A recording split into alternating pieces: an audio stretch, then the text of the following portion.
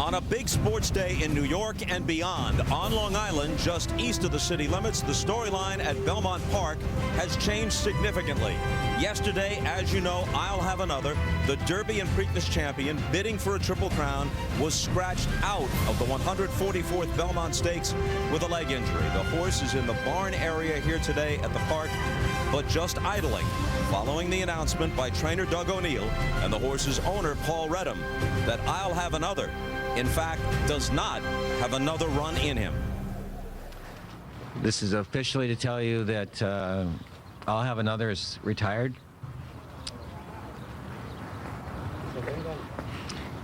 You can see he's in good shape. Doug will come to the microphone in a minute and explain the injury that's occurred as of this morning. So I'm afraid the history is going to have to wait for another day. Just a freakish thing. He has been showing a little bit of, he's been a little quiet the last few days of galloping, but his legs have been great.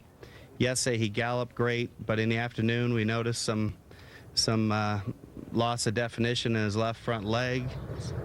This morning he looked great, so I thank the racing gods there. And we did just a little easy gallop with him today. I thought he looked great on the track.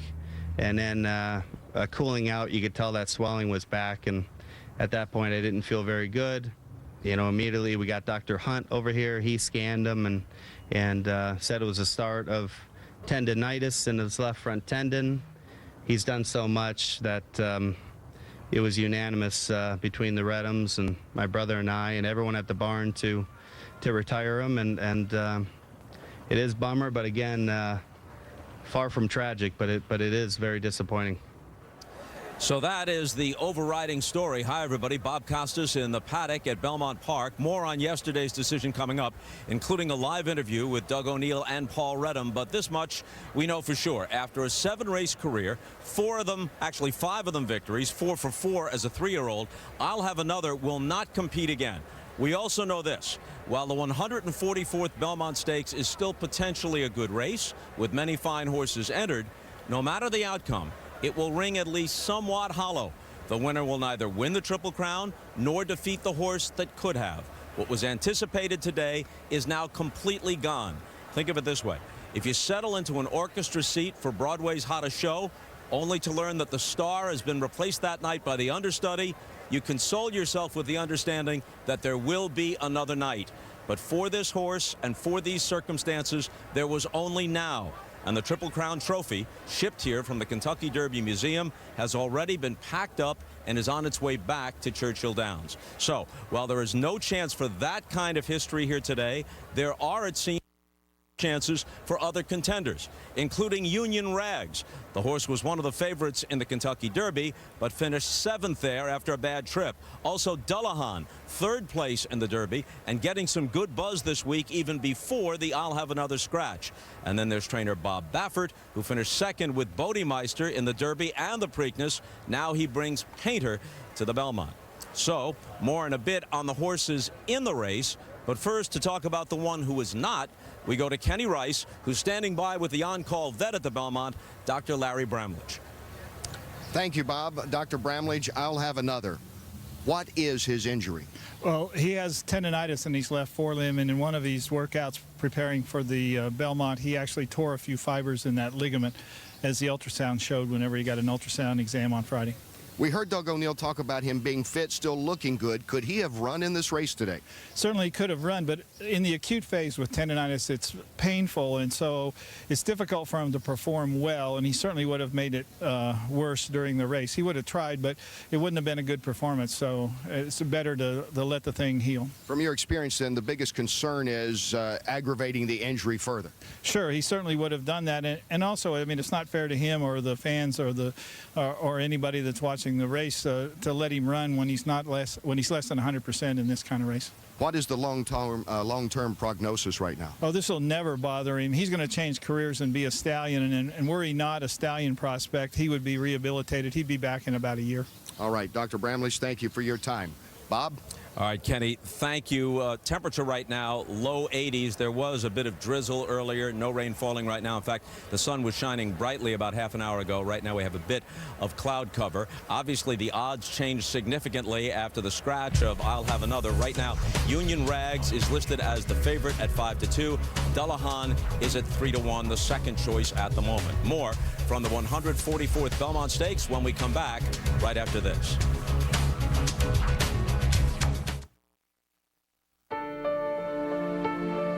It definitely is. When you get a punch like that, it's like somebody stick a knife in your heart. But you have to move on.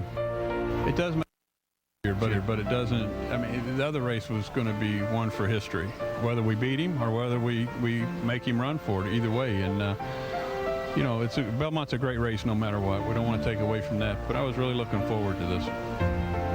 It's sad for racing. I mean, it would be great to see him in there.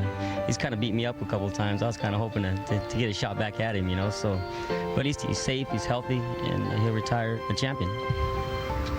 What I'll Have Another did for me is such amazing, you know.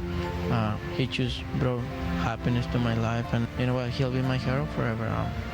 I'm just glad that I was his jockey, and you know, this comes once in a lifetime, and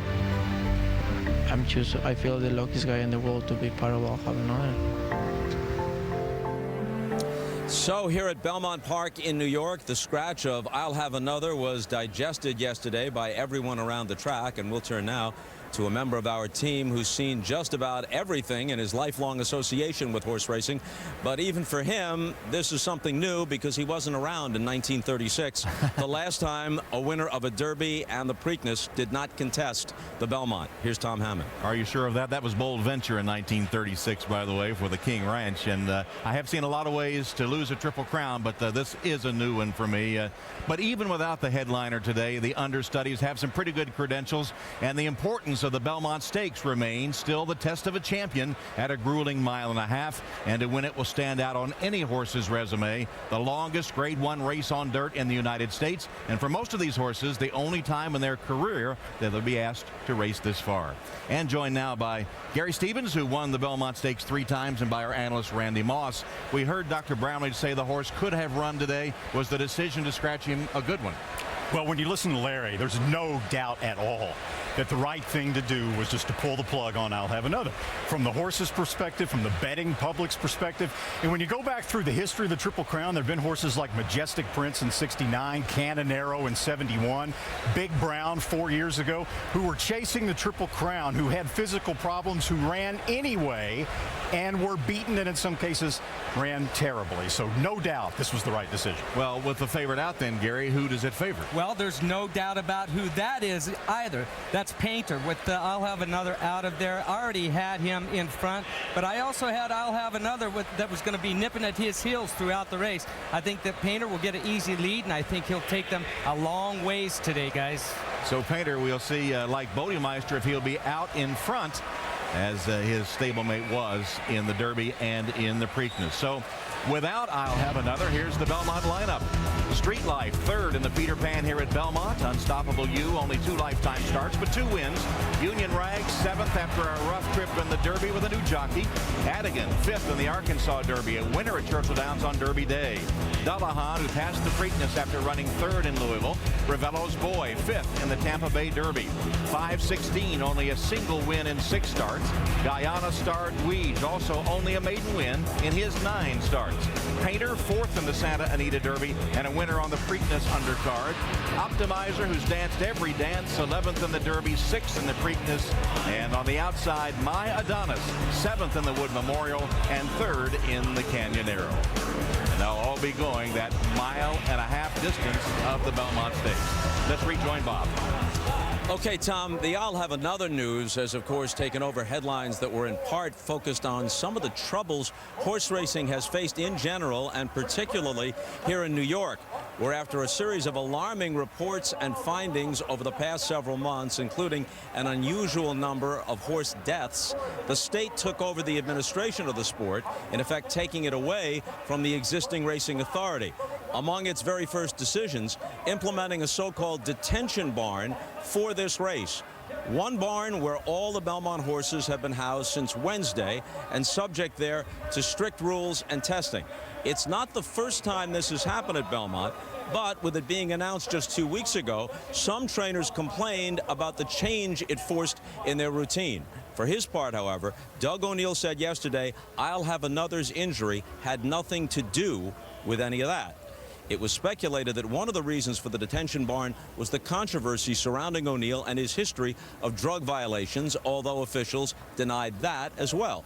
We'll talk to O'Neill and Paul Reddam in a bit about that topic and others, and we'll come back to the 144th Belmont Stakes from New York after this.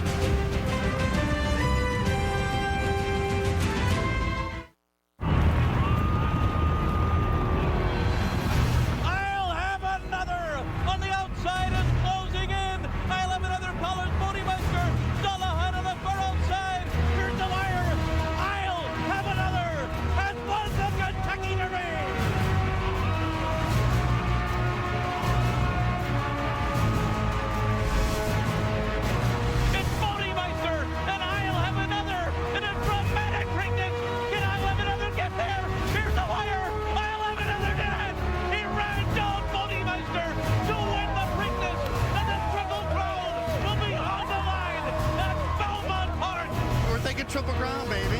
Come on. Baltimore, New York. Come on. Why not?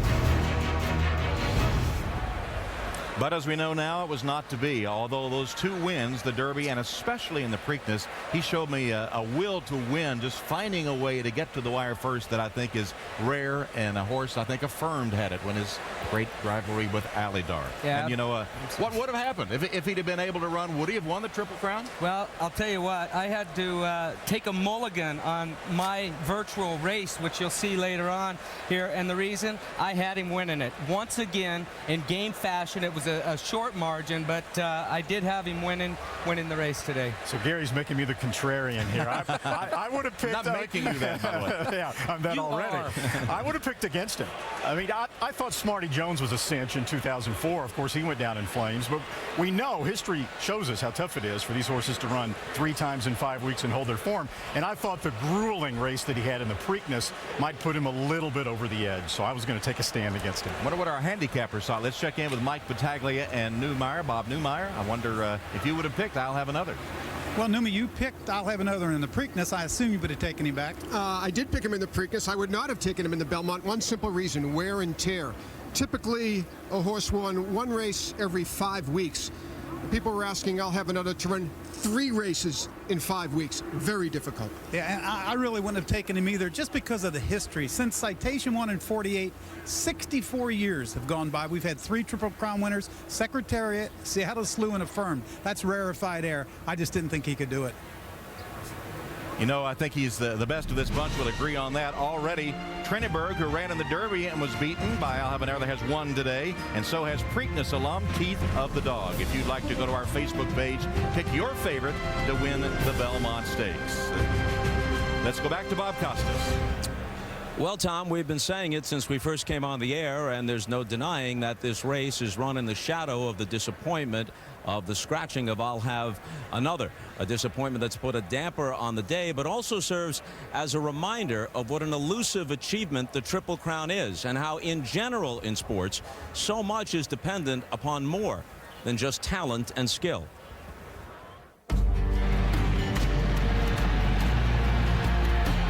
You hear about a lot of reasons no horse has won the Triple Crown since 1978. But there's one particular reason, and that, very simply, is luck. We see it every day, and not just on the racetrack. Just a week ago, only a few miles away from Belmont Park, Mets pitcher Johan Santana made a bid for the first no-hitter in his team's more than 8,000 game history. And he got it. Beltran pulls that one just foul. Thanks in part to a blown call. It was clearly a fair ball. Just one example of how much sports can be about inches and milliseconds. Affirm's got a nose in front as they come onto the wire. And factors unforeseen. In some workout we'll never know, at some point over the past week we'll never be sure of, I'll Have Another aggravated a tendon in his leg. And then, just like that, it was over. And so we're dealt a harsh reminder of a big reason why it would have been so thrilling to watch I'll Have Another chase down the field in the Belmont and complete the Triple Crown sweep because of its sheer unlikeliness.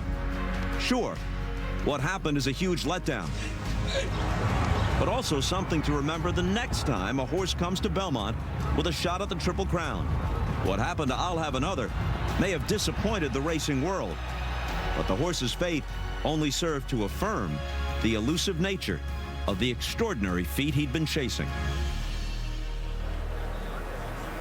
A shot of I'll Have Another in the stall, tempted to say just a spectator today, but you can never be quite sure whether the horse is paying any attention to a race that he's not running in.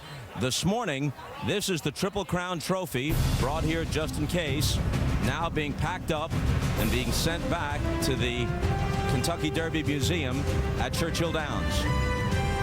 We'll send things to a break right now. When we come back, we'll check in with our sports update desk and see what's going on elsewhere in sports.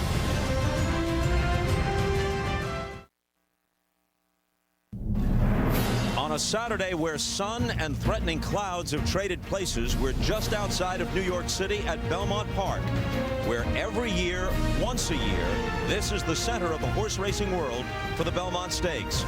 It's the final jewel of the Triple Crown, and today was supposed to be headlined by a horse making a bid to complete the collection. 5 weeks ago in Louisville, I'll Have Another was draped in the garland of roses following a win in the Kentucky Derby. 3 weeks ago at the Preakness, the horse earned another exciting come-from-behind win. But then, after a workout on Thursday, concern was raised about I'll Have Another's left front leg. And following an exam by the vet on Friday, the horse was officially scratched from the race. The diagnosis? Tendinitis in that left front leg. So for just the third time, and the first time since 1936, a horse that won the Derby and the Preakness will not contest the Belmont. A huge disappointment for trainer Doug O'Neill as his horse becomes the 12th Triple Crown contender since affirmed, the last winner in 1978, to fail to finish the job. An emotional day for O'Neill, for owner Paul Reddam, and for their entire team. And the dream spring of young jockey Mario Gutierrez comes to an unceremonious and anticlimactic end here in New York. Okay, right now we're just in front of the finish line. Just a little more than 24 hours ago, it was thought that I'll Have Another might break that 34-year Triple Crown drought. That, of course, will not happen now. Coming up, an interview with Doug O'Neill and Paul Reddam. But even without a Triple Crown contender, there is, of course, a race to be run, and the odds in that race are certainly much different than they would have been had I'll Have Another remained in the field where he was the 4-5 favorite. Now, Union Rags, one of the favorites in the Kentucky Derby, who finished 7th after a ride full of bad luck, is at 5-2, and Dullahan, who finished 3rd in the Derby, sits right now at 3-1. As we go back to Tom Hammond. Tom.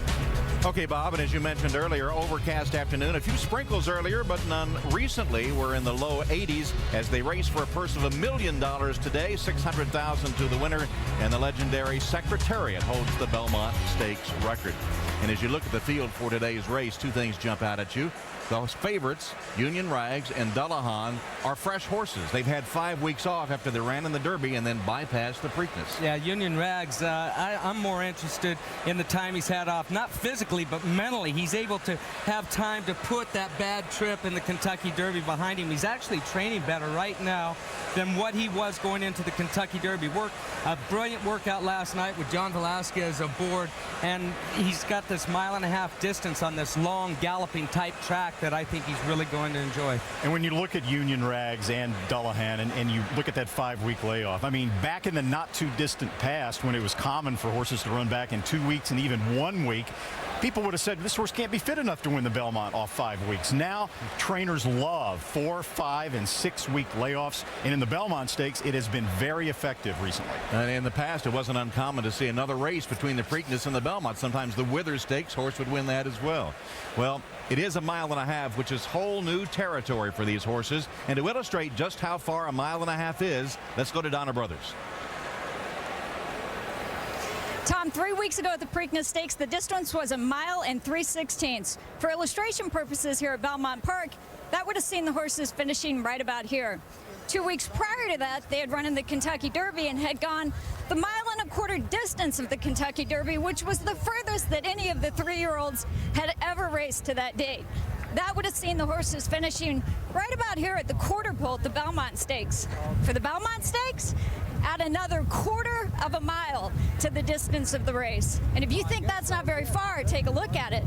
Now imagine doing it on tired legs. If you hear people question horses' ability to get the distance, now you see why.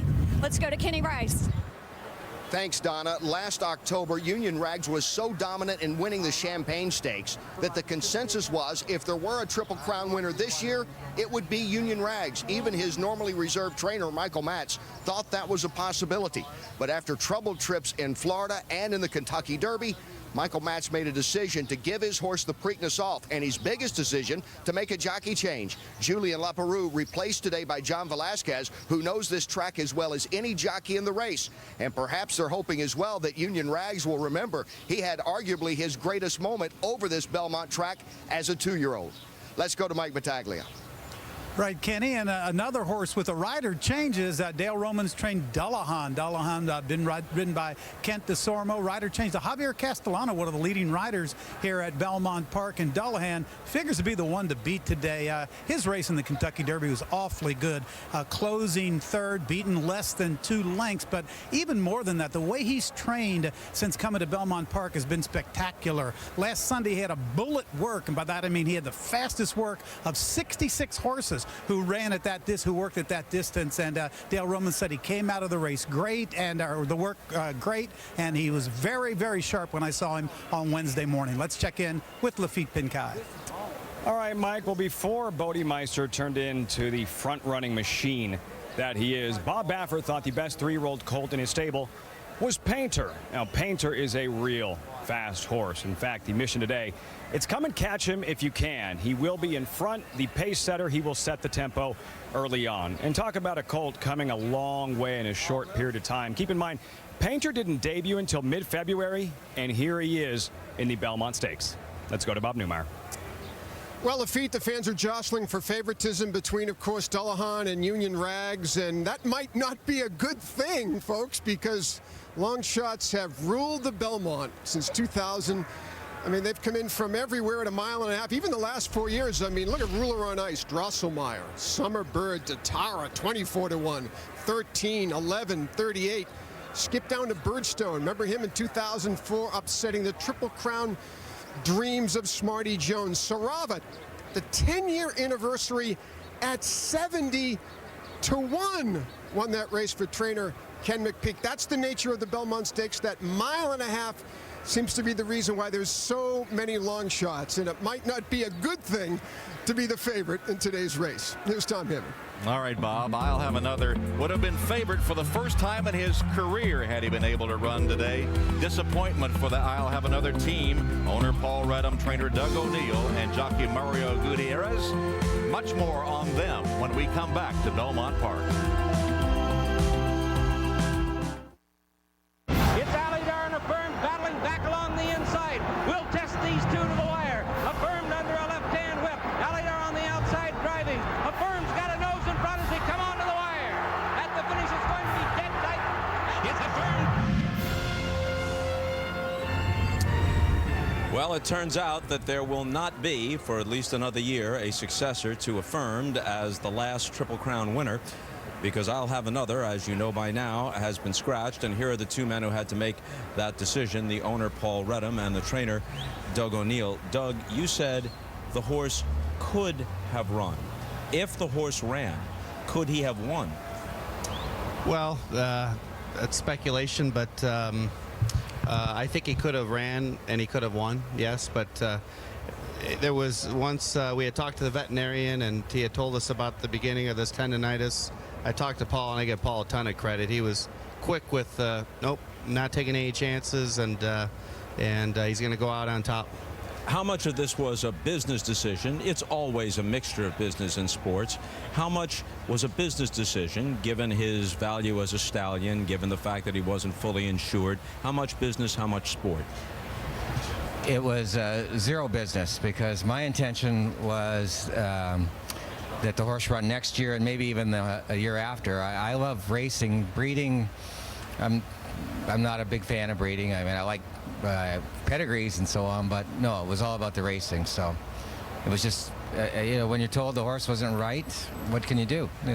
As you know better than anyone, increased attention and scrutiny came after the Derby and Preakness victories.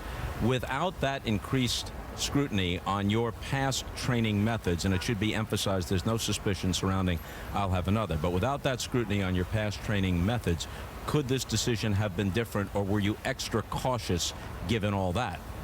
Well, you know, I definitely think I've matured a lot as a trainer, so if I would have been in this scenario 4, 5, 6 years ago, may I have run them? Maybe, but you know, you don't want to look back. I like to think I'm getting better with each year, and you know, this is a once-in-a-lifetime heroic horse, and it was a real disappointment, heartbreaking, and for the team, for the Redhams, for the horse. This horse is just an amazing animal, and I just keep focusing that he's going out on top, and he's leaving a Santa Anita Derby, Kentucky Derby Preakness winner. The Belmont track is sometimes referred to as the Big Sandy. You work your horses hard. Galloping on this track in preparation day after day, could that in retrospect have contributed to the injury? It's funny, I was just talking to Paul about that. That's a possibility. You know, the sandier and the more tiring a track is, you are more, you know, the tendency to have ligament or tendon issues are higher. But you know, I just didn't want to change what got us here, and you know, his good gallops, and at the end of each gallop he kind of opens up and breathes and strides like a race-like setting, and I didn't want to change any of that up. But who knows? You know, you never know. But I do know I publicly would love to thank I'll Have Another for what he's done for me and the barn and all his fans. We've had such great support, and you know, I feel good that he's retiring on top, sound. You said the detention barn and the horses being together in close quarters had nothing to do with this. Dale Roman said we'll never know, raising that possibility. You want to respond to that? Well, everything's hypothetical. We certainly don't know how and when the injury occurred. I don't think it was the detention barn, but it was just another variable in the way things went. We don't have time to adjudicate all this right now. The 45-day suspension pending in California is one you are contesting. But in general, the point that you have made is that while you concede there are some things you will do differently going forward and mistakes had been made in the past, they basically fall into the category of misdemeanors for therapeutic medications rather than full-blown performance-enhancing drugs. Fair? Yeah, that's fair. I mean, I've never have had a horse test for an illegal medication. The CHRB had just found me innocent of any wrongdoing. So California Horse Racing Board. I'm sorry, California Horse Racing Board. So intentional wrongdoing. Intentional wrongdoing, and so you know, we'll let the 45-day suspension thing. I guess now I can say I'll definitely will contest that, and I wanted to wait till after the Belmont, but. Yeah, we'll definitely contest that. Last thing, even without a Triple Crown, you have 2/3 of it. You have high profile now. You're in a good position to advocate for overall reform of an industry that almost everybody agrees is in dire need of reform. Will you do that? I would love to. I absolutely love the horses. I think that's an extraordinary sport. And, you know, I would love any way we can show people how well cared these horses are, and you know, if we can do some type of pre-race testing to where every time these horses walk on the track, everyone knows that they've gone through thorough drug testing. You know, it's 2012. We should be able to a way to figure that out. Are you going to the betting window today, Mr. Redham? And if so, who's your money on? Union Rags. What do you think? Dullahan. There you go. I asked you this under different circumstances after the Derby. You're a former philosophy professor. Is it difficult to be philosophical about this? Well, this has been a fairy tale up to this point, but it is real life, and so real life doesn't always go like fairy tales. So it is what it is. It's happened. We're going to enjoy the career that I'll Have Another had, and we're not going to look back. And we got a great race coming up today, and we're going to be rooting hard. Doug and I are rooting against each other, as it turns out. But that's exactly how Descartes would have summed it up.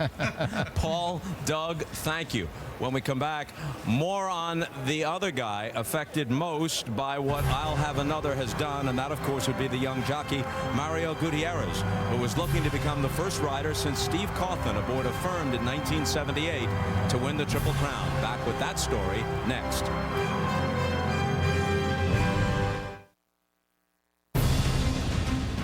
Aerial coverage provided by DirecTV. If you call yourself a sports fan, you gotta get DirecTV. Beginning Thursday, golf's best tee off at San Francisco's Olympic Club for the 112th U.S. Open Championship. That's Thursday at 3 Eastern on NBC. That's the scene in the beautiful paddock here at Belmont Park. And this has been quite a week for Mario Gutierrez, the jockey on I'll Have Another, on his first trip to New York City. On Tuesday, he was serenaded atop the Empire State Building. On Wednesday, he was driving a Lamborghini around on the lawn, somebody else's, I might add. And then on Thursday, an appearance on the Jimmy Fallon Show. And right now, he's with Lafitte Benkai. Mario, what was your instant reaction when you learned that I'll Have Another would not run today in the Belmont Stakes? Well, personally, I was a little sad, but not disappointed. No disappointed at all. Just a little sad because I know everybody wanted to come and watch him. Personally, I wanted to be in the race with him because I know how great he is, and I wanted to perform, make history. But so yes, a little sad, but I'm happy with the decision. Everybody's thinking about I'll Have Another. He's the one that brought us here, and we had to take care of him. Mario, looking back at the last 5 weeks, are you content with what you and I'll Have Another were able to accomplish together, winning the Derby and the Preakness? Or is there a sense of it being bittersweet because of what you two could have accomplished? Oh, I'm extremely happy with I'll Have Another, 6 weeks ago, nobody really knew who I was, and he just absolutely put my world upside down. He makes my dreams come true, so I'm just extremely happy. This was a wonderful journey, and I was just glad to be part of I'll Have Another. I'll give all the credit to him. Thanks for the time, Mario. Congratulations on the Derby and the Preakness. Tom? One of the joys, Lafitte, of this Triple Crown season has been getting to know Mario Gutierrez. He's there in the winner's circle with I'll Have Another, and it was his coolness in the riding of that horse, and his smile always, his cooperation from Mexico by way of Canada. So far from the big time before the Triple Crown Series, you can't even think about it, and yet he has been super during this last 5 weeks.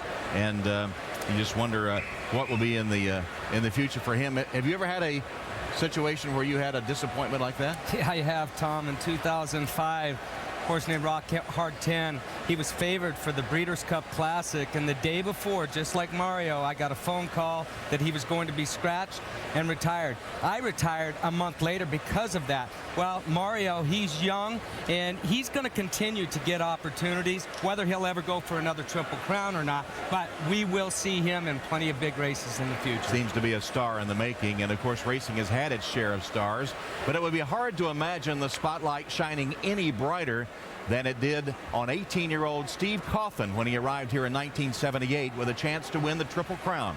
Cawthon, aboard Affirmed, would duel with Hall of Fame jockey Jorge Velasquez aboard Alidar in a thrilling finish that they still remember here at Belmont. He was a youngster. He was 17, 18 years old. He was a cute boy with long, silky hair. Stevie was a young jock then, and I got to give him credit. It's one of the greatest races I ever saw. He took your heart out.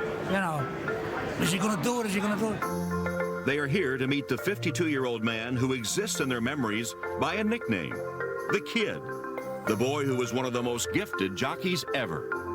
His first winner was at Aqueduct on a turf, the number 10 horse. I was there. Thank you. The best that ever lived. He was a prodigy. He was like Yo-Yo Ma was on the cello. He was on a horse. Steve Cawthon arrived at the Kentucky Derby in 1978, looking even younger than his 18 years. I basically should have been graduating from high school at that exactly about that time. Steve Cawthon is going to win this 104th running of the Kentucky Derby. It was such a great rivalry. It was like Muhammad Ali versus Joe Frazier. We went to Pimlico, although it was a much tougher race. Alidar's charging at him. Here's the finish. I knew we were going to win that day. 5 years after Secretariat, 1 year after Seattle Slew, a Fern would race to join the company of legends. I've got a chance to do something special here. Welcome to what might be a very historic Belmont Stakes. I haven't made any mistakes yet. I don't want to start now. And they're up. Our firm was dictating the race, so I said, well, I got to go after him. And it is Alidar who's going up now to challenge that pace. I remember vividly hearing the crowd make this huge roar, and I knew exactly what it was. I knew it was because Alidar was coming to challenge me. Now we've got a speed duel beginning to develop, and those two are letting out all stop. Turning for home, my horse put a head in front of him. And I say, well, I got him this time. Alidar's got a lead. Alidar put a head in front, right in the middle of the stretch. I could feel he was struggling just a slight bit. I knew we're going to have to dig deep today. Started riding him a little close, so he could not be able to hit his horse right-handed. I'd never had to hit him left-handed before. I'd often thought about it. He went to his left, and I can see that little head coming back, catching up with me. I said, oh, gosh, here he come again. Affirmed under a left-hand whip. Fern's got a nose in front as he come onto the wire. I knew he was digging for me. He was giving everything he had, and I think Alidar realized that you're done. You must be so happy. I am. I can't believe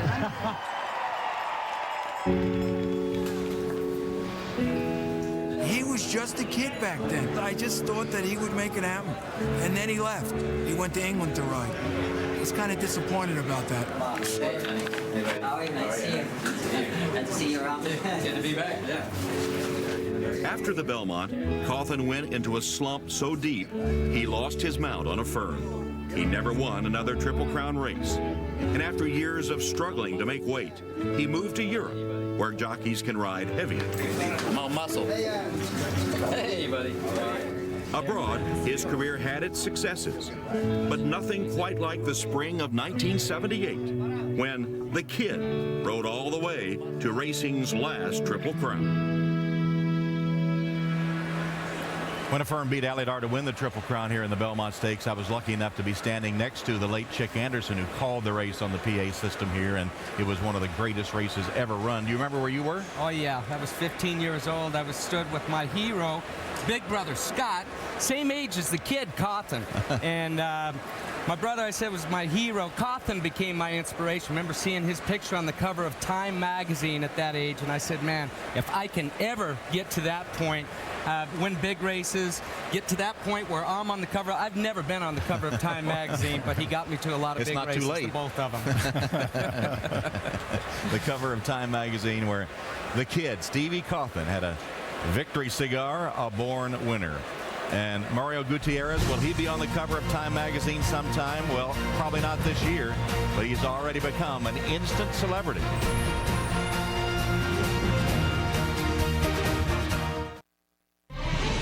The 144th running of the Belmont Stakes is brought to you by ADT Security Services, always there. By the amazing picture quality of Panasonic Viera HD TVs. And by AT&T.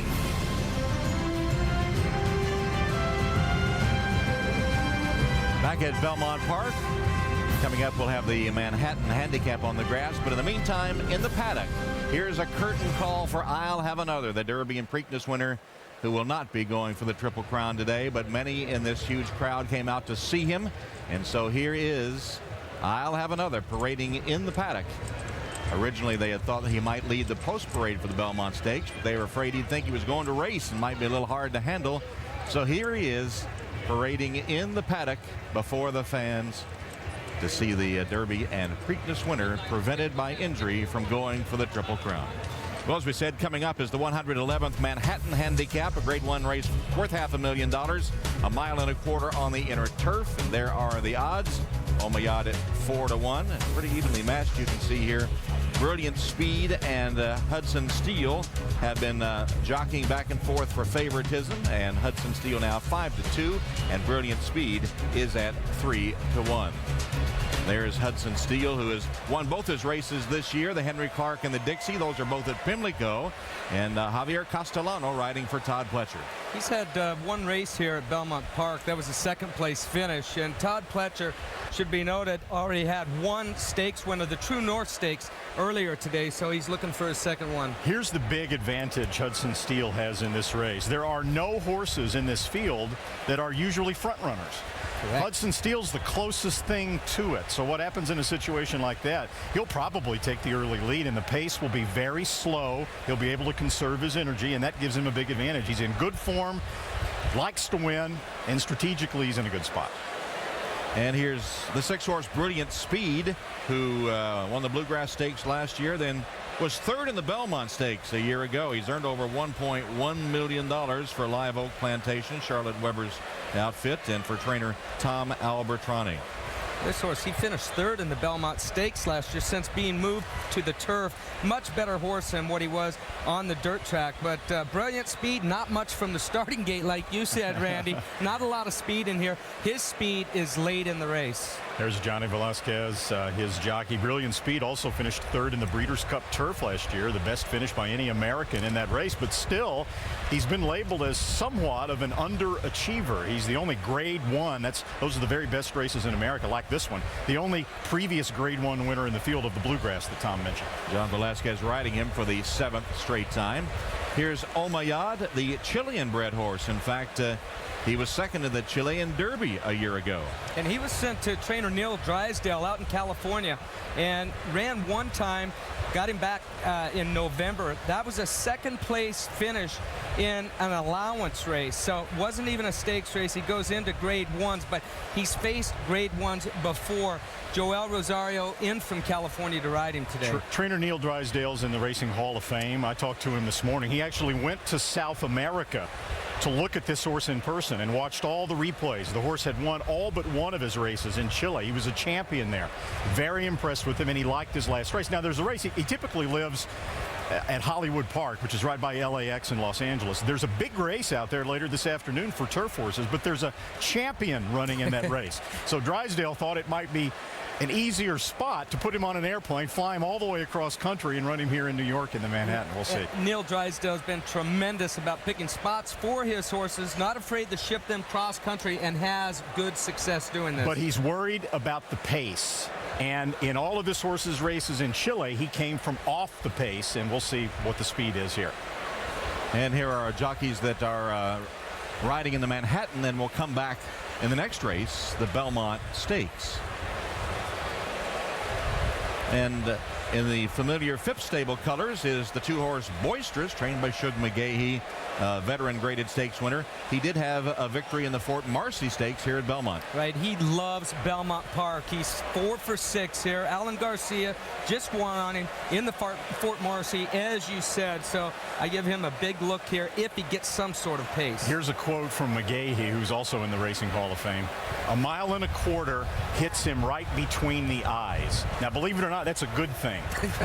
That's trainer speak. There's Shug right there. That's trainer speak for 1.25 miles ought to suit him perfectly, right between the eyes.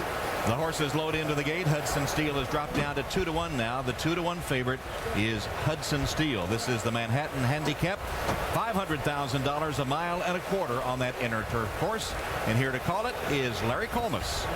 Thank you very much, Tom. We've got 2 left to go into the starting gate. Brilliant Speed will be the next one to load. Under jockey John Velasquez. Again, he's on Union Rags in the Belmont Stakes. And here comes Hudson Steele.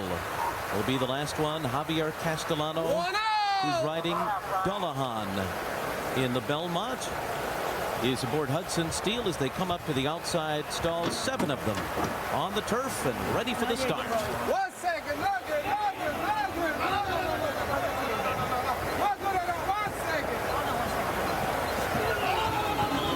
Anxious, there's Boisterous.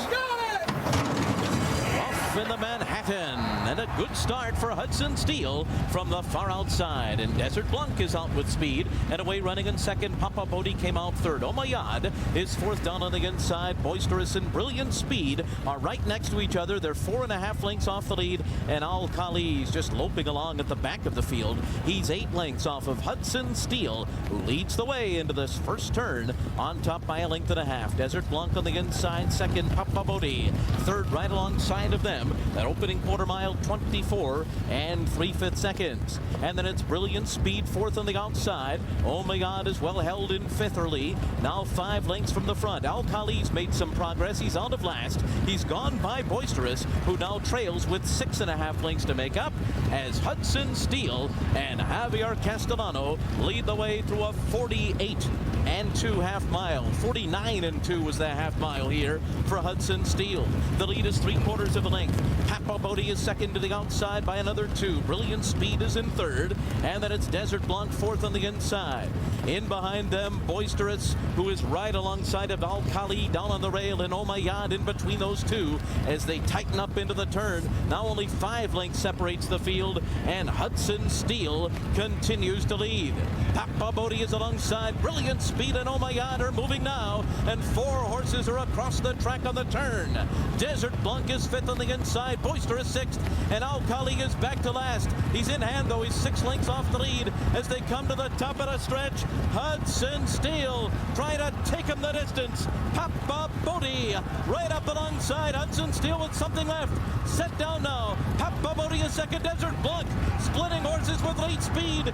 Boisterous coming on the scene on the far outside. Hudson Steele, Desert Blanc, Papa Bodhi, and these two now down to the wire. It's going to be a photo, and it's tied. It may have been Desert Blanc. Papa Bodhi was right with him. Then Boisterous and Brilliant Speed. Wow, what a finish in the Manhattan Handicap. Nose-bobbing finish between Desert Blanc and Papa Bodhi. Great run there. Great ride by Ramon Dominguez. Daring move right here. You know, he got shuffled back a little bit going into the first turn by Hudson Steele. Splits horses right here. An aggressive Papa Bodhi and Rosie Napravnik. Both riders coming back in the Preakness after this race. And Chad Brown, the trainer of Desert Blanc, he's got street life in the next.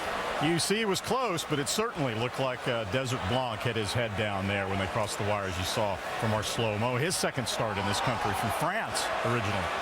He was beaten in his last start to Fort Marcy about a length by Boisterous. That was his first U.S. race. He did win 3 of 5 in France to begin his career. And Ramon Dominguez aboard him for the first time. Wins his second Manhattan Handicap. Rosie Napravnik was second on Papa Bodhi, and she is with Donna. Well, Tom, just a second ago, Rosie said, sure, I'll talk to you, but I don't think I won.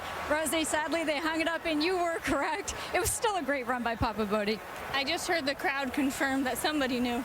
Yeah, you know, unfortunately, we were bumping all the way down the stretch, but that's what makes this horse run. And we had a pretty good trip, but he's a little bit funny.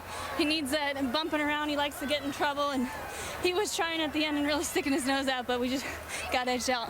You obviously know him well. Another horse you know well is 516, the horse you're going to ride next in the Belmont Stakes. How do you think he's going to handle this 1.5 mile distance he's going to face today? I think if, you know, that's our biggest advantage, is that I think he'll definitely get the 1.5 miles, and we'll test this class. Do you have any anticipation of how you'd like to see the race set up for him? I think he'll be probably forwardly placed to mid-pack, you know, behind the speed. There's a couple of fast ones in there. And we'll try to keep an even pace the whole way and be the one run at the end. You've become our poster child for female riders on NBC, so I think there's going to be a lot of people rooting for you. Good luck, Rosie. Thanks a lot. Tom. Rosie beaten just barely on Papa Bodhi. The winner, Desert Blanc, as Ramon Dominguez wins his second Manhattan. He was on Better Talk Now in 2007. It's also the third win this afternoon for Ramon Dominguez.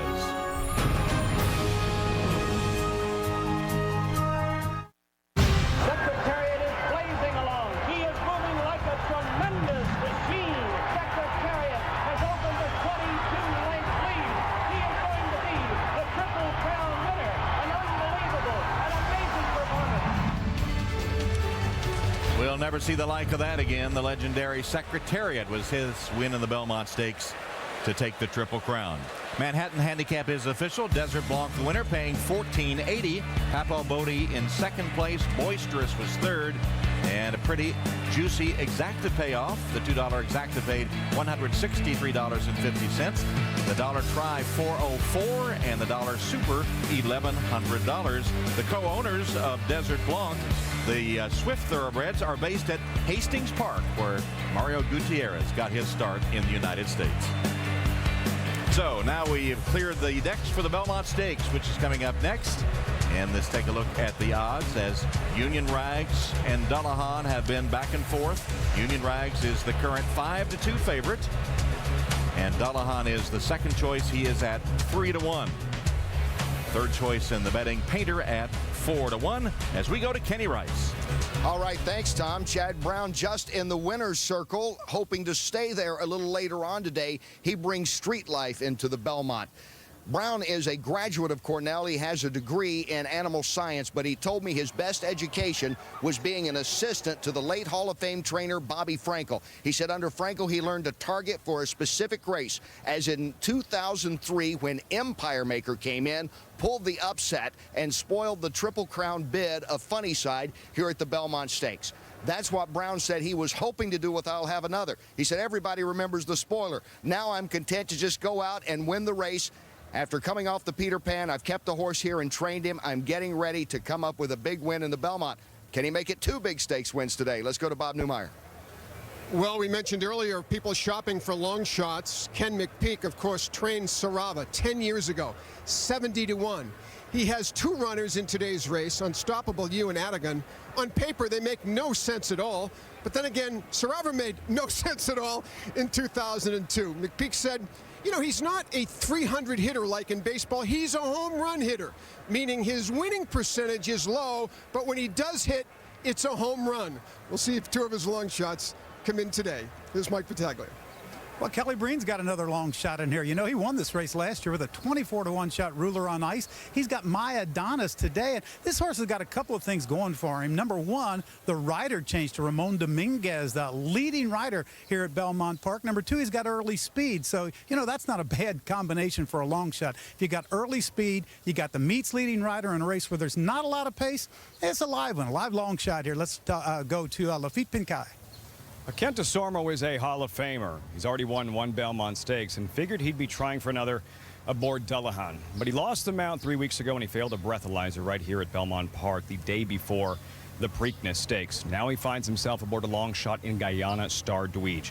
In an article published today in the New York Times, DeSormo said, "At least I have a chance." He also added he needs to take responsibility, and that's exactly what he's doing. And if he's able to do so, the support's going to be there. From Dullahan's trainer and Dale Roman stating, when Kent is right, he is the best jockey in the country and one of the greatest all time. Let's go to Bob Costas. All right, Lafitte, I am at the statue in tribute to Secretariat, regarded by many as horse racing's greatest ever. Certainly his most brilliant performance came here at Belmont Park when he completed the Triple Crown sweep in 1973 with a still astonishing 31-length victory. Now, at that time, it ended a 25-year run without a Triple Crown winner since Citation in 1948.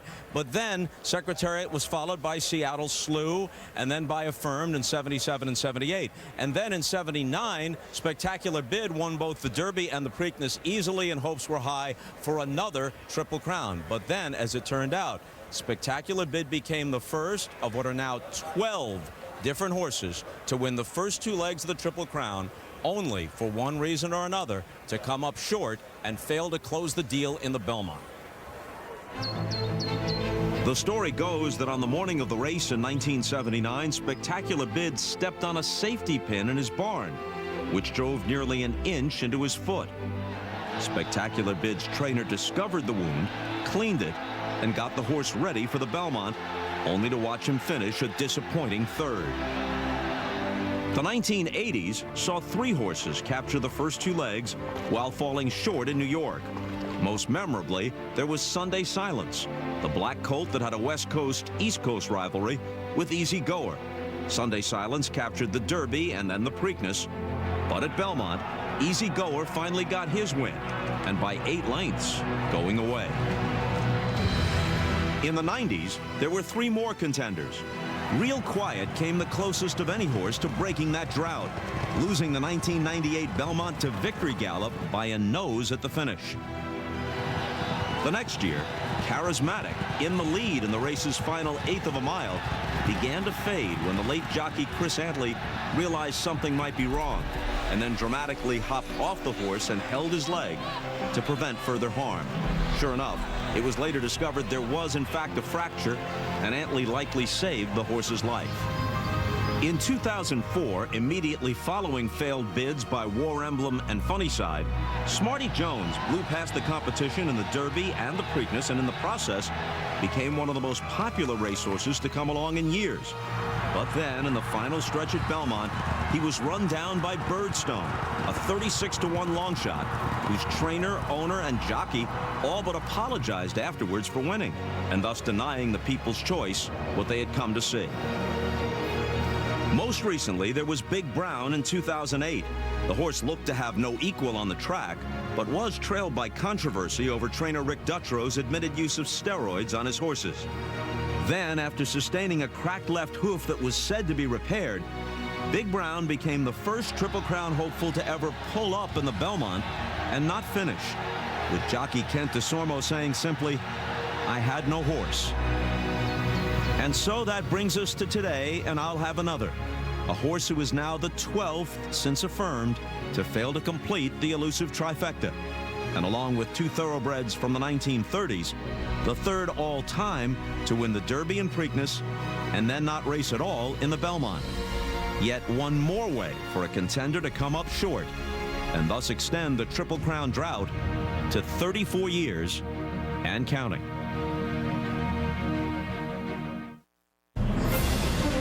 Back at Belmont Park just moments ago, I'll have another. And Mario Gutierrez in the winner's circle at Belmont Park for the last time for him to visit the winner's circle. And would he have been there after the Belmont Stakes wearing the Triple Crown? We'll never know. In the meantime, in his absence, Dullahan and Union Rags are co-favorites now. There's Dullahan now at 5-2, and that's the same as Union Rags.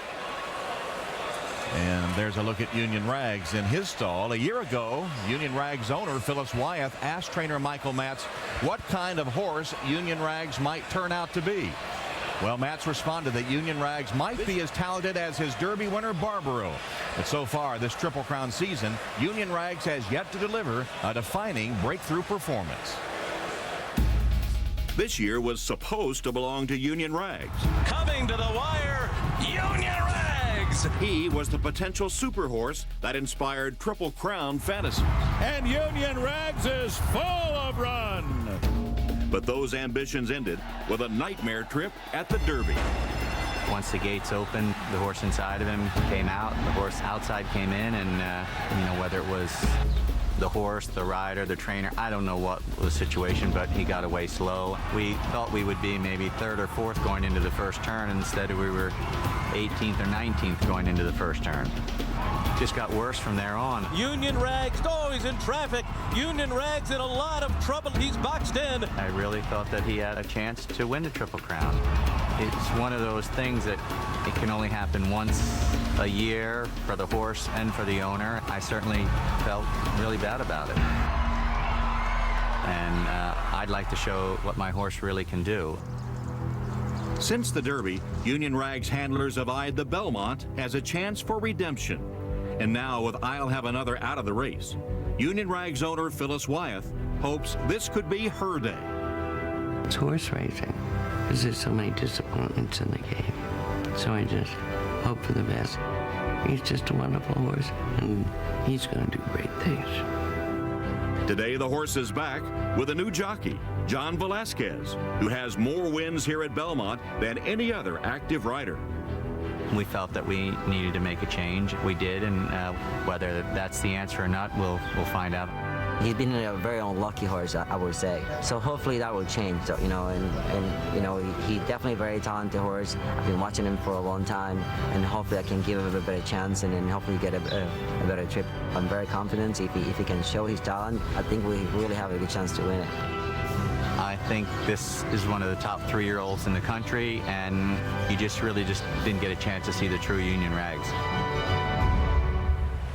So will today be the day that he finally lives up to that great potential? Time now to take a look at our Derby flashback, which is brought to you by MetLife. Guys, one thing I can tell you is you cannot break flat-footed in these classics. Even today at this distance, it doesn't matter if you're a front runner or a horse that comes from behind, and you can't get stopped like this if you're Union Rags. He's a one-run type of horse. But a slow start in the Derby isn't always the kiss of death. Union Rags' start was eerily reminiscent. On the right from 1977, that's Seattle Slew getting off to almost an identical start. The difference being Seattle Slew bowled his way to the front and, of course, went on to sweep the Triple Crown. Dullahan finished a length and 3/4 behind I'll Have Another. Many like him today because they think he lost more ground than I'll Have Another. Did he really? Not on the first turn. Dullahan was racing on the inside around turn 1. On the second turn, Dullahan and I'll Have Another raced in the 2-path, both in the same spot. Dullahan did veer out at the top of the stretch, but according to the track assistant at Churchill Downs, I'll Have Another actually ran 6 feet farther in the Derby than did Dullahan. And that was our Derby flashback brought to you by MetLife. MetLife, I can do this. And there's the scene in the paddock. See the valets coming out with the tack. Soon the horses will join them. We get ready for the Belmont Stakes.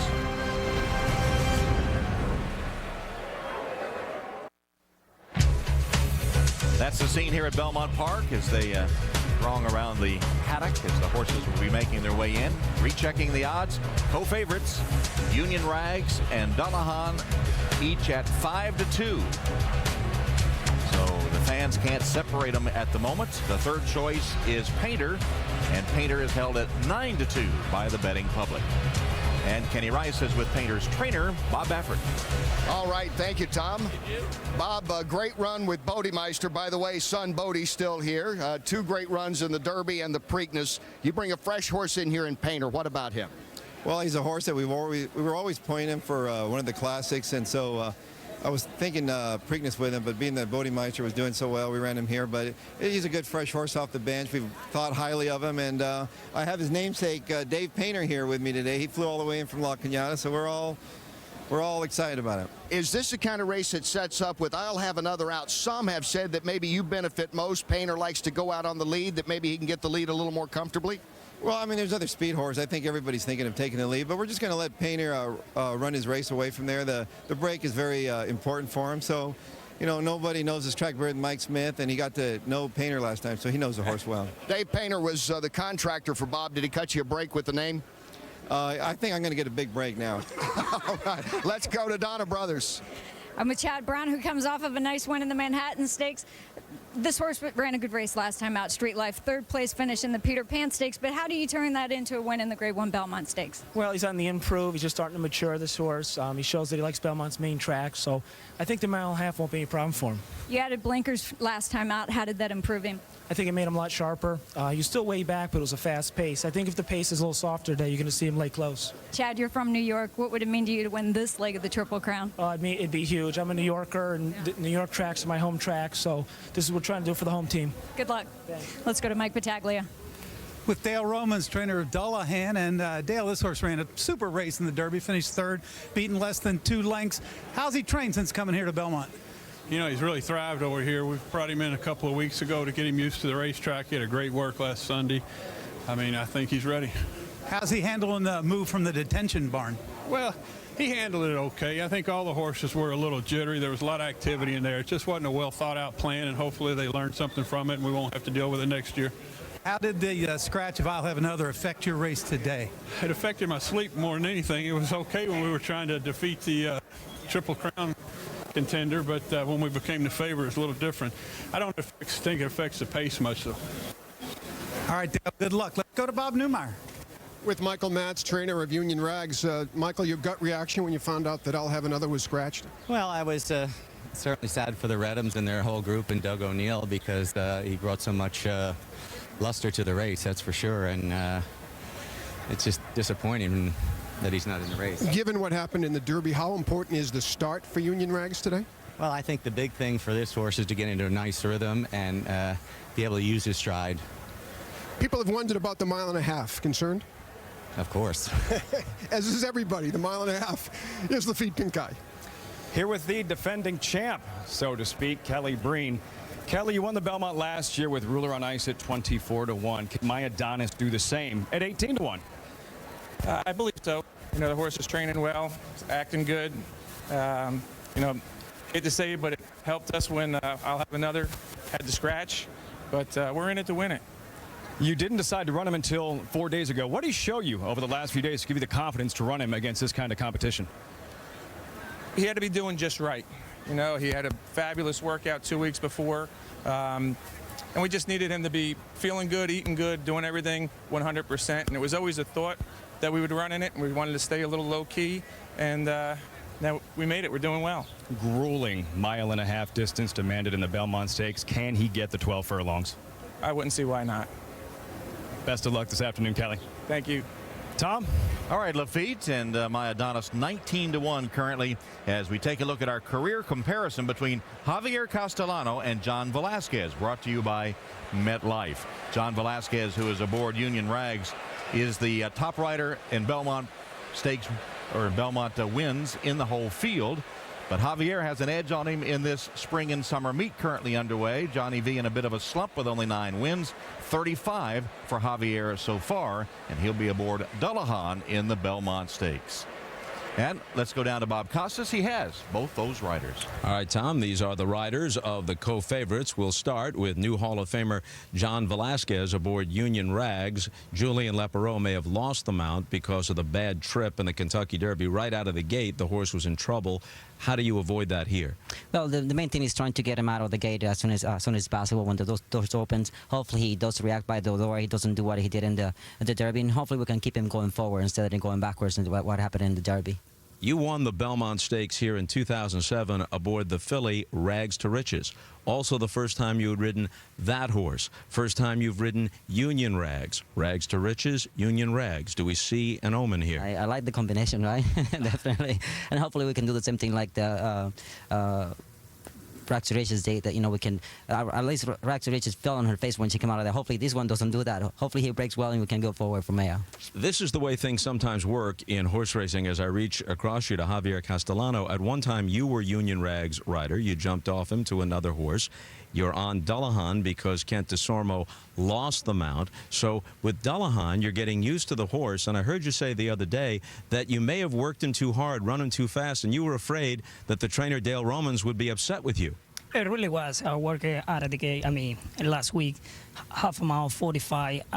When I pulled him up, I thought it was too fast. But the way he did it was so easy, very comfortable, relaxed. I mean, when the clock he told me the 45, I was so scared. But the way he did it, I'm very comfortable with that. Dullahan has a reputation as a closer. Generally speaking, that's not a strategy that works that well in the Belmont Stakes. Do you change it? Probably, I see where I open the gate, you know, usually not much spin. The rate I can see right now is 1.5 miles. That's a long distance. But in the meantime, I don't want to change style. You know, that's a good style horse. I don't want to be too close to the pace in that finish. I see I play out of the gate. You see how he break. If he break good, he's close to the pace, I go forward. Last question for each of you. How does the absence of I'll Have Another change your approach to the race? It all changes a lot, obviously. He was the horse to watch in the race. Obviously, he went in the Kentucky Derby in the Preakness. He was definitely a horse to watch out. Now we have to change that strategy that we think about who's the horse to beat now. So now we have to look. He's looking out for me. I'm looking out for him. And I don't want to do too much in the first part of the race to that he'll come back and get him in the end. But then again, we can't throw Bob Baffert's horse out of there. Painter. Exactly. He's definitely has run a very good race, Preakness date, and it was very impressive. So I think we have to watch out for him as well. Javier, your thoughts? I mean, a couple horses have a lot of chance. Don't forget the horse Street Life. The one horse, he come from way out of it. It's a very good close to horse. I have to watch it. We don't want to go because not much speed. We want to chase a little bit, and then we not have a horse in the end. We got to watch out with that. Javier Castellano, John Velasquez, good luck to you both. We take a look as we head for break here at the scene at the paddock. We're getting closer to the 144th Belmont Stakes.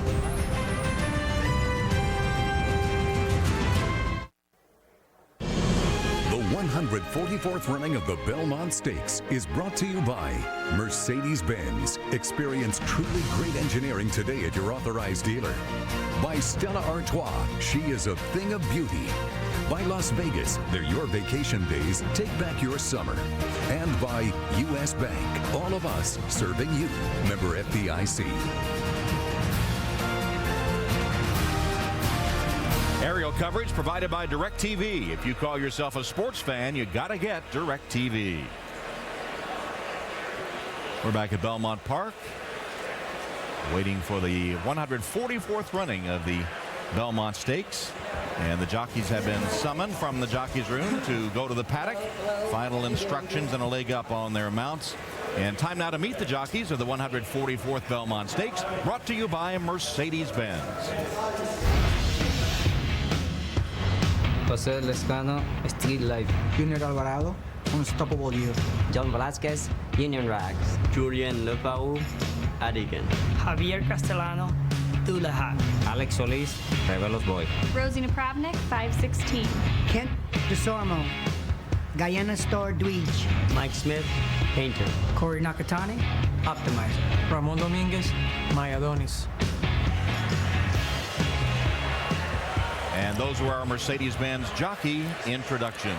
And here are the jockeys coming into the paddock now, coming down from the jockeys room and to get their final instructions and pose for the official photo. When we talk about jockeys, we have two of the greatest jockeys in modern times sitting here. Gary Stevens and Jerry Bailey joins us now. And I was just wondering, talk about riding the 1.5 mile Belmont Stakes on the wide expanse of Belmont Park. The first word that comes to my mind is patience.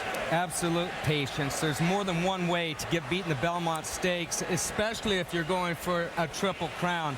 I mean, back in 1998, Real Quiet's going for a Kentucky Derby, or for a Triple Crown, excuse me. I thought I had no chance of catching him coming into the stretch. Well, it turns out Kent DeSormo, Real Quiet, they make the lead too early. He loses focus. He starts wandering around. I was in front for one stride. Happened to be the right stride. I wasn't in front before, and I wasn't in front after. So it's easy to get lost in this stretch. It is, and it's all about adjustments and adapting through the course of any race, but especially the Belmont Stakes at 1.5 miles, because the favorite especially should expect the unexpected challenges, maybe unexpected events. And back in 2004 with Smarty Jones, I was on a horse called Eddington, and Smarty Jones was going extremely easy on the front end, number 9, and I pressed him a little bit because it was 2, and it was probably unexpected to Stuart Elliott. And then Rock Hard 10 on the inside, he pressed him a little bit, but we both dropped off fairly soon after that pressure. So right here is not a normal spot for Stuart Elliott to give his horse a breather. But he let him run. He should have given him a breather right here, even though it's an abnormal spot because of what happened earlier in the race. Stuart needed to adapt and adjust.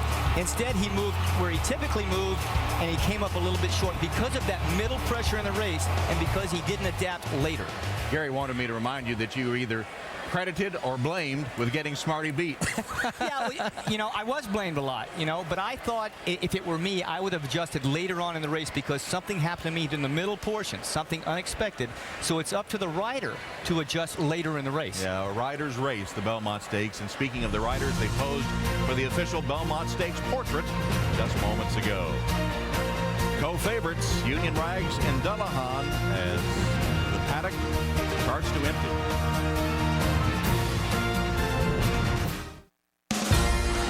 Across the Hudson River, Martin Brodeur of New Jersey arriving for tonight's game, and his Kings counterpart, Jonathan Quick, also arriving. And tonight, the Stanley Cup Final presented by Geico continues as the series returns to New Jersey. Game 5, the Devils and the Kings, tonight at 8 p.m. Eastern on NBC. And as I was trying to say as we went to break, soon the horses will be coming out of the paddock. They're back there now, and the throng is still taking a look at them. And time for us to take a look at our Ram Trucks race preview, how we think the race might be run. Well, I had to make some adjustments, and now we're going to pick this up at the halfway point. There's Painter. I've got him 2 lengths in front of this point with an easy lead. He's been going easy. 2 lengths back behind him, Union Rags. He's getting a great trip down along the rails, a little closer than anybody thought he was going to be. Dullahan right on Union Rag's tail as they approach the 3/8 pole. We're going to swing clear into the stretch, turn for home right now. Painter, they've closed the gap to within a length right now. Dullahan, he's just within a length right now as they hit about the furlong pole. Painter, he's tough down on the inside. Union Rags in the middle right now. Looks like he's going on to victory. But a tough Dullahan on the outside. He's going to come running late, Randy. Race preview 2.0 for Gary. And so he sees Dullahan winning our Ram Trucks race preview. And let's see how our handicappers view the race. Let's go to Mike and Bob. Well, you know what? We were kind of in agreement with Gary that it's a kind of a 3-horse race, and Nomi and I don't usually agree, but it looks like one of the top 3 to me also. Yeah, what troubles me about Dullahan is he's never won in the dirt, and it's hard to take a 5-2 favorite that's never won on the surface. I'm going with Painter. I'm looking at him being on or near the lead and take him as far as they can go, which is a long way, by the way, 1.5 miles. 4-to-1 is square price. You know, I was on Painter for a while. I'm on Dullahan now. The way he's been working here on the walkover, he looked absolutely great. I think he can handle the dirt already. Ran 3rd in the Derby. The way he's been training over this surface suggests to me that he can, but I'd have to hedge my bet. I think it's an exacta box with Dullahan and Painter in an exacta box. I'm with you on that one. There we go. An exacta box. A rare agreement between our 2 handicappers. And our Facebook poll, well, here's how the fans viewing saw the race turning out. Union Rags at Union 41%. 41% Dullahan. On the board, Union Rags is a slight favorite by $48,000. The odds board shows them each at 5-2. And now let's join Belmont Park track announcer Tom Durkin. New York racing fans, please welcome the Super Bowl champion New York Giants head coach, Tom Coughlin.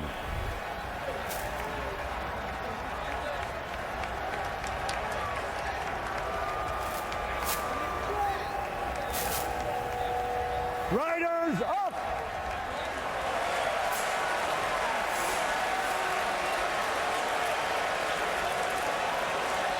That was an emphatic riders up from Coach Coughlin, spoken like a coach. Sounds like, go ahead. Sounds like some Jets fans in the audience too. Spoken like a true paddock judge is supposed to say it with authority. So the riders will get a leg up and make a turn of the walking ring here in the paddock at Belmont Park before heading through the tunnel and to the track. Let's go to Kenny Rice. All right, thanks, Tom. He is a long shot in this race, but he might be the most hydrated horse in this race. Guyana Star Dweej, trained by Dunath Shivmangal, who told me earlier today that he is able to still get that concoction that he's been giving the horse every day, twice a day, of beer, sugar, brown sugar, and some egg whites. Twice a day, every day. I asked him about the detention barn because they scrutinized everything brought in. He said as long as we let him know in advance this is part of the daily ritual of the horse, he was able to get his beer. So coming into this race, Guyana Star Dweej is not thirsty any longer. Is he hungry enough to pull what would be a major upset, Bob Neumeier? Well, everybody has an angle. There is thirst. There's also a trainer that likes to talk to his horse. And I'm speaking about a lovely gentleman, 83 years old, Mini Espora from Venezuela. He trained 30 years. I asked him what he'd like to say to Ravello's boy, and he said, hey, before the race, I'm going to talk to him and say, I know, Ravello's boy, you're going to run a big race today. He's a big long shot on the board at 25-1. Here's Donna Brothers. Well, we've gotten used to seeing Rosie Napravnik in these big events as her career has taken a meteoric rise over the last year. 5 weeks ago, we watched her become the first female jockey to win the Kentucky Oaks. If she wins the Belmont Stakes today on 5/16, she won't be the first to do it. That distinction goes to Julie Crone, who won this race on Colonial Affair back in 1993. But she will reward her backers with a handsome payoff. 5/16, currently 17-1 in the wagering. Let's go to Mike Battaglia. All right, Donna. Well, you know, this race has been full of upsets, and 3 trainers who have posted some of the biggest upsets are running right here this afternoon. Wayne Lucas, who had Commendable in the year 2000 at, what, 18-1. Kenny McPeek saddled Sarava in 2002. He was 70-1. And Kelly Breen with Ruler on Ice at 24-1. All 3 of the biggest upsets in the history of the Belmont. All 3 of these trainers have horses in again today, so if you're looking for another big upset, you might want to go with the trainers who have the record for the upsets.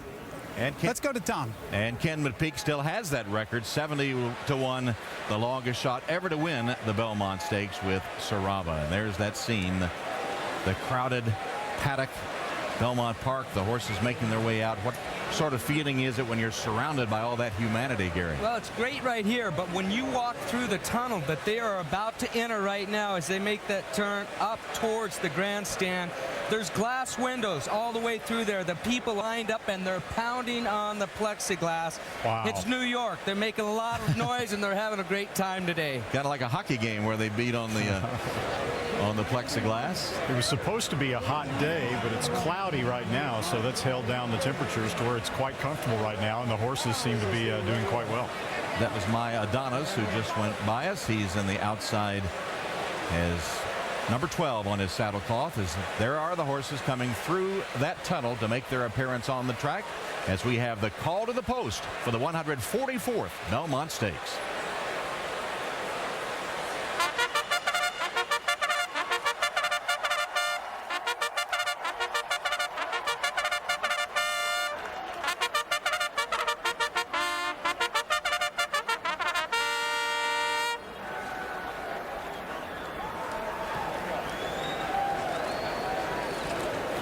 Now let's welcome the horses for the 144th running of the Belmont Stakes onto the track for Frank Sinatra's timeless recording of New York, New York.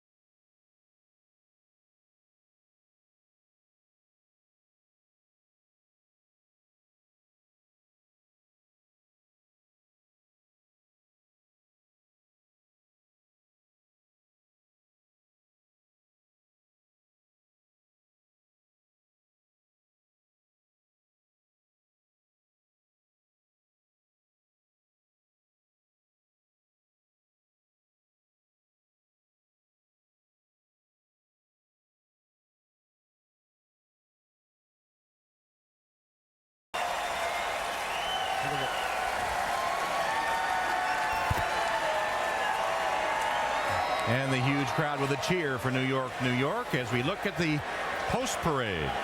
Number 1, Street Life, trainer Chad Brown, assistant to Bobby Frankel, who trained Empire Maker to win the 2003 Belmont over Funnyside. This colt unraced at 2, Street Life 6th in the Wood Memorial, then 3rd in the Peter Pan here at Belmont. Number 2, Unstoppable You, the first of 2 trained by Ken McPeek. Only 2 career starts, both front-running victories, but a big step up in class and distance today.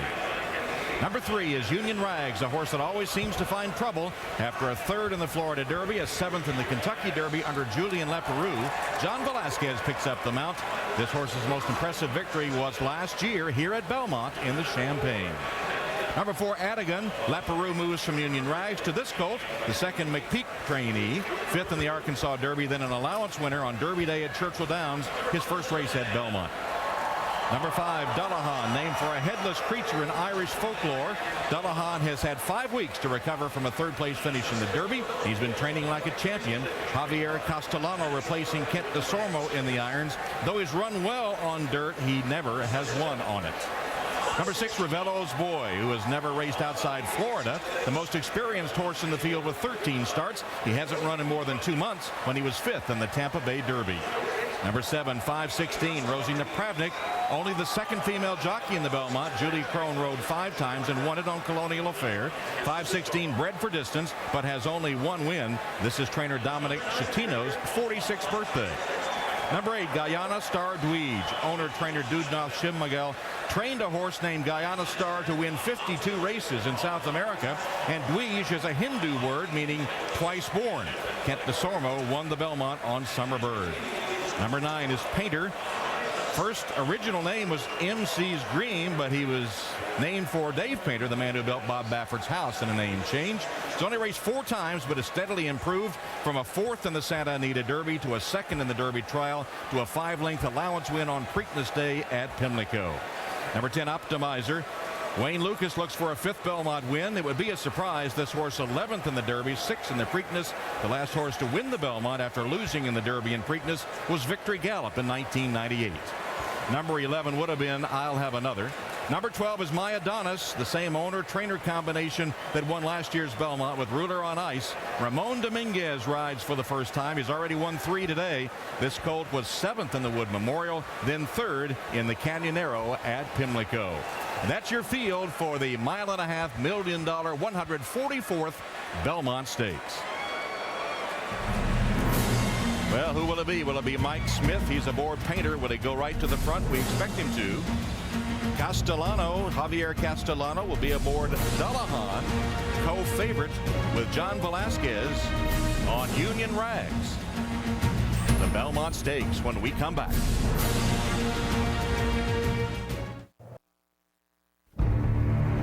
For 5 weeks, it looked like a bid for history was in the making. I'll have another has won the Kentucky Derby. He ran down Bodymeister to win the Preakness, and the Triple Crown will be on the line at Belmont Park. But then, yesterday afternoon, came the news. A devastating scratch. I'll Have Another is retired, so I'm afraid the history is going to have to wait for another day. So, no Triple Crown for at least 1 more year. And in this case, a reminder of just how fickle the sport of horse racing can be.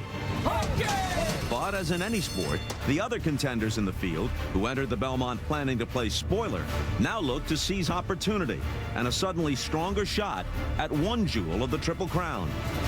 Including Union Rags, a favorite 5 weeks ago in the Derby, who finished 7th in a nightmare ride at Churchill Downs. Dullahan, 3rd in the Derby, said to be looking strong this week on the track. And Painter, trained by Bob Baffert, whose horse Bodymeister came up just short in both the Derby and Preakness. They and 8 other horses leave the start gate in just a few moments. After a whirlwind turn of events, let's transform the nature and meaning of the 144th Belmont Stakes.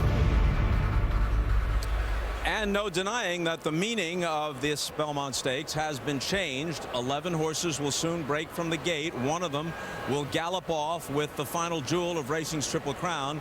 But I'm sure if you talk to the connections of all 11, they'd be able to say, or prefer to be able to say, that in the process of winning the Belmont, they defeated I'll Have Another. They're not going to get that chance. Tom? All right, Bob, and despite the fact there is not a Triple Crown on the line today, 85,811 have turned out at Belmont Park to see the Belmont Stakes. Dullahan and Union Rags on the board at co-favorites 5-2, although slightly more money has been bet on Dullahan, and there's Union Rags. We got Donna Barton in here right now. I wanted to ask her how Johnny warmed Union Rags up today. A lot of times you'll warm a horse up to get them more active to make sure they get away from the starting gate. Yeah, Gary, he kept Union Rags with the pony. Actually, I saw only one horse kick away from the pony, and that was Jose Lescano on the one Street Life. Street Life, as you know, gets well out of it early, and I think he just wanted to try to get a little bit more speed in him to give himself half of a chance to keep up. But actually, Johnny kept Union Rags just a normal warm-up, and I think that's just attributed to the fact that it's a 1.5 miles, Gary. They don't want to do too much in the post braid and then try to get the distance. Yeah, and it's also very noisy down here in front of the starting gate right now, and that could get him ready to roll as well. So there's Union Rags. Normal to see him sweat a lot. He is a sweater. And Dullahan seems to be well behaved as he is taken by an assistant starter in preparation for entering the starting gate. And Painter, Mike Smith, with a final pat of his mount, who is currently at 4-1. Here's a final check of the Belmont Stakes odds. Union Rags at 5-2, Dullahan at 5-2, and Painter at 4-1. $3 million has been bet on Dullahan, $2.8 million on Union Rags. The public sees this as a virtual toss-up. Dullahan heads to his stall. Bob Baffert and his wife Jill, his son Bodie looking on. Wayne Lucas, the veteran, pawed by a horse with a black eye behind those sunglasses now. He had a little accident earlier. Kelly Breen looking to win back-to-back Belmonts. And with the call of the race, let's go to Larry Collmus, the 144th Belmont Stakes. Thanks, Tom. Optimizer was acting up a little bit, but now he has taken his spot in the starting gate, and that's going to leave My Adonis to complete the lineup here for the 144th running of the Belmont Stakes. They're all in line, and we are ready for the start. They're off, and the Belmont Stakes in Union Rags had a fine start today. Painter is going to go to set the pace, though. And on the far outside, My Adonis came out with speed. Optimizer is up close between those two, and Unstoppable You is down on the inside. Union Rags will be 5th early as they run for that first turn. Union Rags is only about 3 lengths off the lead. Dullahan is in behind him. Atigan saves ground, and then 5-16, Ravello's Boy. Guyana Star Dweej, and late running Street Life is the trailer, and he's about 10 lengths off of Painter, who completes an opening quarter in 23 3/5 seconds. A solid first traction for Painter and Mike Smith. Optimizer is second on the outside. Unstoppable You is running in 3rd position. My Adonis is 4th as they make their way to the backstretch. And Union Rags and John Velasquez are 5th on the inside. They're 4.5 lengths off the lead, and they've had a good trip so far. Then Guyana Star Dweej moving up along of 5-16, and then Atigan along the inside. Ravello's Boy. Dullahan is now back 2nd last on the backstretch. He's 8 lengths off the lead, and Street Life is the trailer as Painter continues to lead them. He completes a half mile in the Belmont Stakes in 49 1/5 seconds. So we slowed things down a bit, did Mike Smith on Painter. Unstoppable You is now off the rail to put some pressure on. Optimizer is running in 3rd while Union Rags continues to ride the rail, and he's 4 lengths off the lead. And then it's My Adonis to the outside. Atigan is in behind them. Dullahan is now gaining some ground on the rail. He still has 7 lengths to make up. Painter continues to lead the way. 3/4 went in 1:14 3 around the far turn. Painter is the leader. Union Rags is slipping through an opening on the inside of Unstoppable You. My Adonis is going 3 wide. Dullahan is now being ridden to the back of the pack. He's got to go. Painter is the leader as they make their way to the top of the stretch. Unstoppable You is second. Union Rags is right behind them, while Atigan swings up on the far outside, and they're into the stretch. Painter, here's Atigan on the far outside. Unstoppable You. Union Rags is 4th along the rail. Dullahan and Street Life are trying to get involved late. It's still Painter, Union Rags, Atigan, Painter, Union Rags fighting from the rail. Painter, Union Rags has got him. Union Rags in the Belmont Stakes. And Painter was 2nd best. Then came Atigan, followed by Street Life. It was the real Union Rags today. He won the Belmont.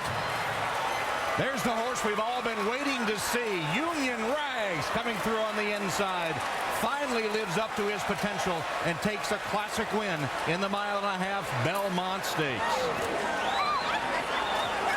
There are the connections. Michael Matz. You remember Michael Matz, the silver medal winning Olympian who trained Barbaro to win the Kentucky Derby, the ill-fated Barbaro.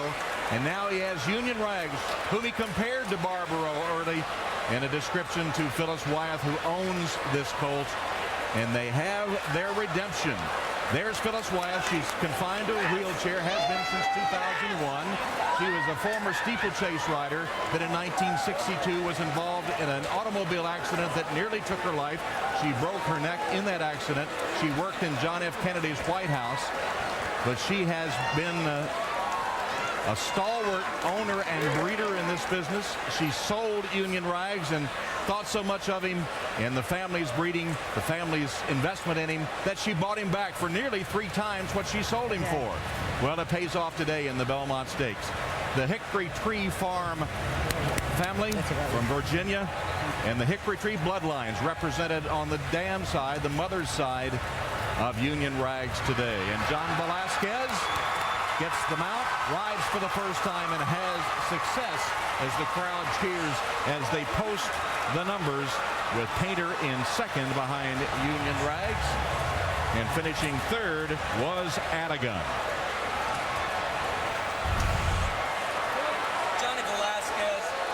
Johnny Velasquez aboard Union Rags was just praying for room. He was bottled up. I thought he was going to get stopped again, as he did in the Florida Derby and the Kentucky Derby. 2 Hall of Famers here. Mike Smith already in the Hall of Fame. Johnny Velasquez, he's going into the Hall of Fame.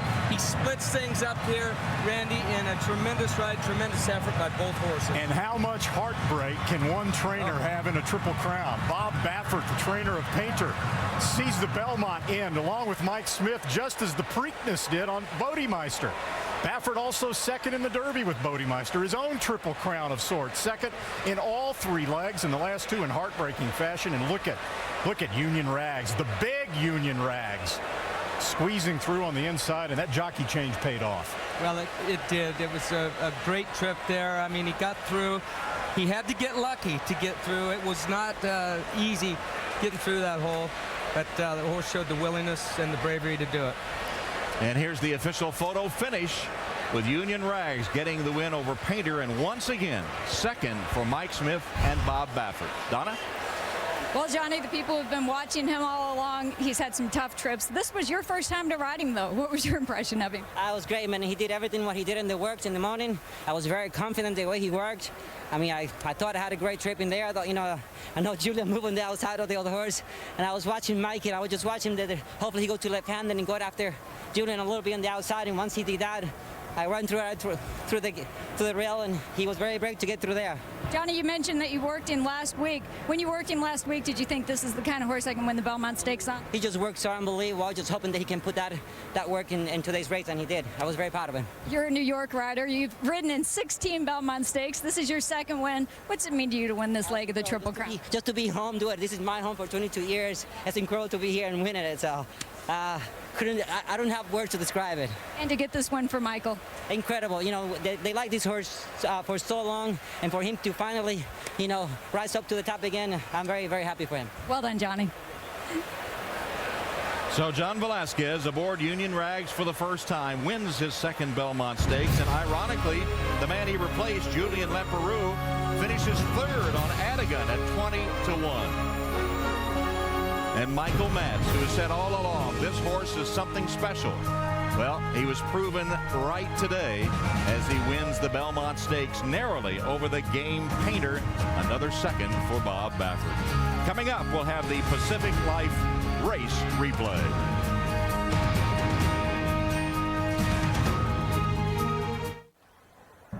The 144th running of the Belmont Stakes is brought to you by Ram Trucks, Guts, Glory, Ram.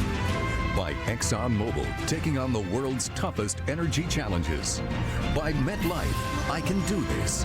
And by Head & Shoulders, respect the scalp, love the hair. Welcome back to Belmont Park, where Union Rags and John Velasquez has won the Belmont Stakes. It's the 6th time since 2000 that the Belmont winner ran in the Derby and then skipped the Preakness. And let's see how they did it with our Pacific Life race replay.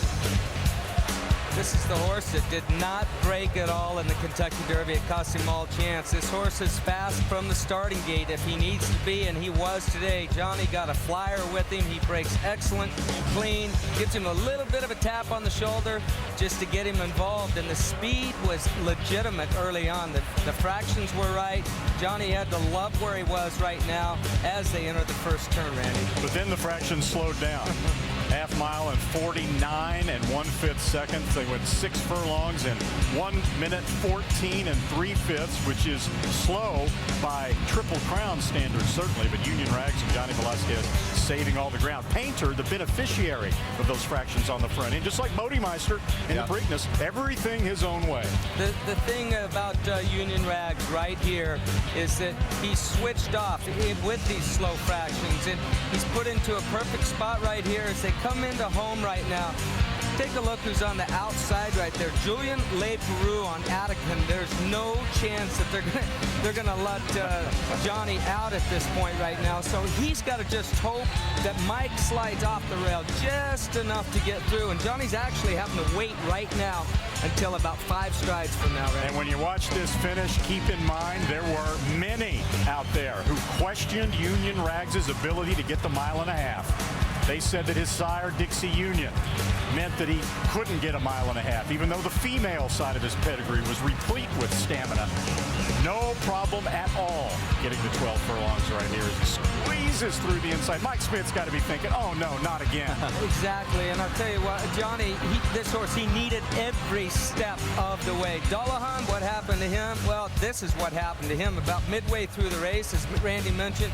The pace was slowed down dramatically by Mike Smith and Painter. Look at this back here. Dullahan losing all chance, getting forced out of his game.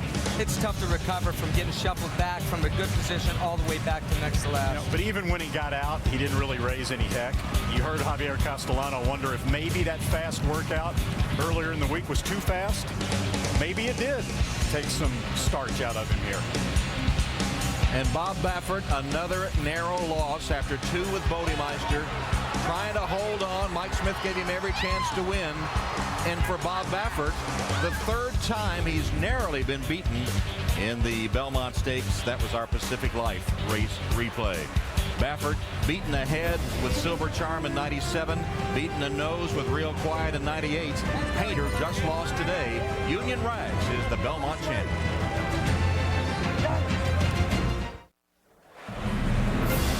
Belmont Stakes is official, running 2:30.42 as Union Rags pays $7.50. Painter second, Adigan the long shot third, paying $10.60 in the show spot. The exacta $31.40, $248 for the dollar trifecta, and you see the dollar superfecta payoff as well. Union Rags $7.50 to win the Belmont Stakes. And a couple of moments ago, Bob Neumeier had a chance to talk to Mike Smith. He must have been disappointed, Bob. Yeah, no doubt he was devastated. The deja vu element of this, Preakness versus Belmont. But here's the point. Mike Smith blamed himself for the loss, said a veteran rider should never allow his horse to drift off the rail, thus allowing John Velasquez and Union Rags to sneak up the inside and nail him on the wire. Mike Smith said, it should never happen to a veteran rider like me. Here's Bob Costas. My camera. Which camera's on? Ready.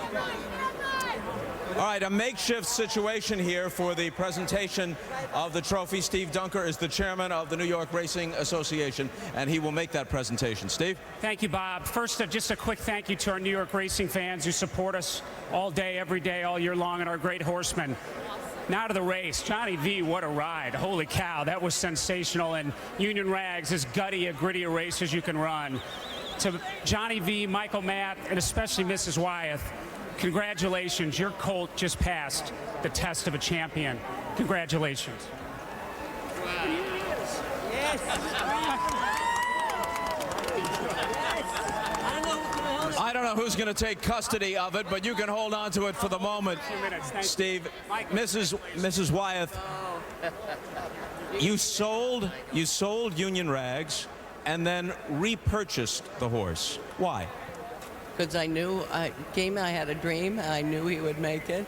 I only have that racehorse and a half of another, a claimer, and I knew Michael could do it with him. It was my dream, and he made it come through today. He and Johnny. I knew he could do it. And nobody would have gotten through on the rail other than Johnny today. I can tell you that. That was unbelievable. He just said, move over, I'm coming. He believed in the horse. And Michael got him there. It was an unbelievable job. Thank you, Mrs. Wyeth. John, quickly, your thoughts on the tactics. Our time is short. I thought it worked out perfectly. I wanted to get a good break, get in a nice, comfortable position that he was going forward. And down the quarter pole, I was just hoping that I get a nice little room that he could go through there. And then I got to give it to the horse. He did it all for me. When I asked him, he was there for me, and he responded all the way to the wire. So I'm very, very glad that I got on him. I'm very glad that I knew him, and he worked out just fine for us. And Michael Match, you thought you had a horse with Triple Crown potential. Bad trip in the Derby, but what a way to end the last of the 3 Triple Crown contests. Well, I'm just glad for Phyllis and the horse that we really got to see the real Union Rags. We go to Tom Hammond. All right, Bob, and finally some good luck for Union Rags after all that bad luck. Mike Smith said he shouldn't have let him through on the inside. What do you think? Well, I think there's a couple different factors.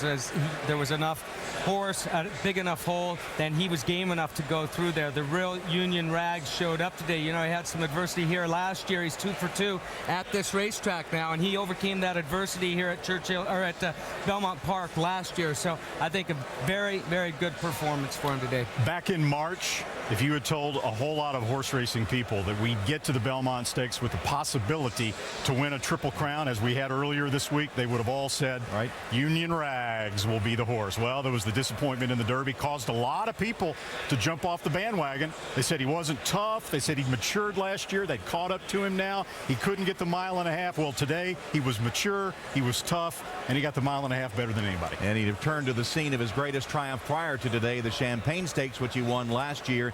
He got some good luck, and he got the job done. Let's go back to Bob Costas. Well, as was briefly noted earlier, congratulations go to Michael Mass and to John Velasquez. But when you think about Bob Baffert, he has won 9 Triple Crown races. Could have won, with a little bit of luck, I guess, all 3 this time. His horse, Bodemeister twice, and today Painter, run down right at the end by the combined length of a racehorse. Practically, he lost all 3 Triple Crown races in 2012. That's going to do it for all of us here at Belmont Park. There's still more to come, though, as our coverage continues with the post-race show over on the NBC Sports Network. And a reminder that beginning Thursday, the U.S. Open Championship comes to you from the Olympic Club starting at 3 Eastern on NBC. And tonight at 8 Eastern on NBC, it's Game 5 of the Stanley Cup Final. The Devils hosting the Kings as the Kings look to clinch the Stanley Cup. For our entire team, I'm Bob Costas saying so long from Belmont Park, where Union Rags won the Belmont Stakes.